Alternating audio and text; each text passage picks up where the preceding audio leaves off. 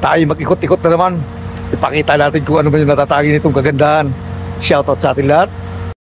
Isa nga to sa pinakamagandang lugar dito sa lugar na ating napuntahan. Itong view na to, view pa lang panalo na. Ito yung overlooking, makikita mo yung Metro Manila, Quezon City, Makati, at kung ano pa, kitang kita na rito.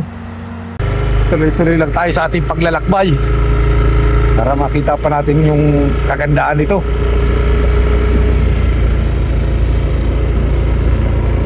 Alusong na tayo. Ito yung kailangan pag nadaan ka rito, pag daan-daan ka lang, medyo rough road, pahirapan yung kalsada. Lubak-lubak, dapat dito 4x4. Matinding adventure na naman to. Nandito tayo sa kagandahan ng gubat. Lubak-lubak.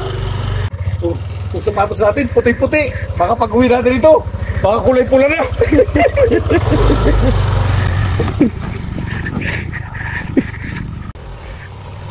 Wala tayo ibang gagawin dito kundi takin tong patikan. Galing ah. Ito maganda pag nanirahan ka dito.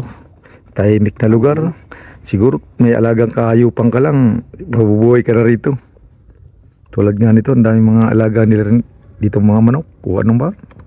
Dahil sa putik, naglakad na lang yung kasama ko. Grabe na adventure to! Nandito na nga tayo saan?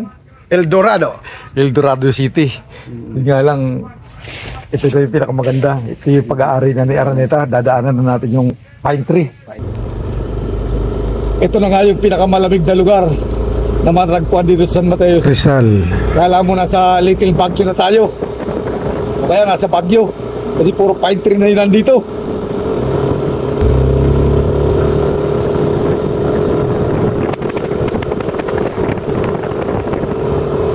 Ramdam na ramdam mo yung simoy ng hangin at dumadampi sa balat mo.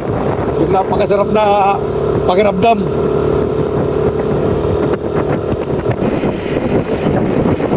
Dito tayo sa asyenda ng mga Araneta. Panalo, yun pa lang. Wala ka nang hahanapin pa.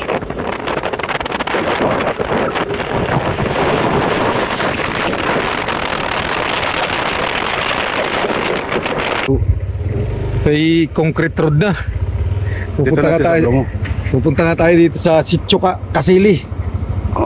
Titingnan natin dito kung maganda yung ilog pa. At dito nga ata matatagpuan na yung dam. Kaya lang masyadong baluktot yung kalsada. Punta rin tayo sa mga magandang lugar dito. Good morning, ma'am.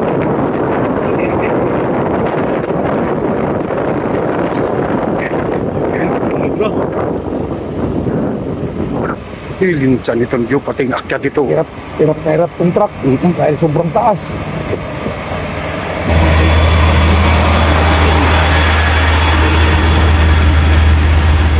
Pero panalo yung kalsada rito. Concrete road.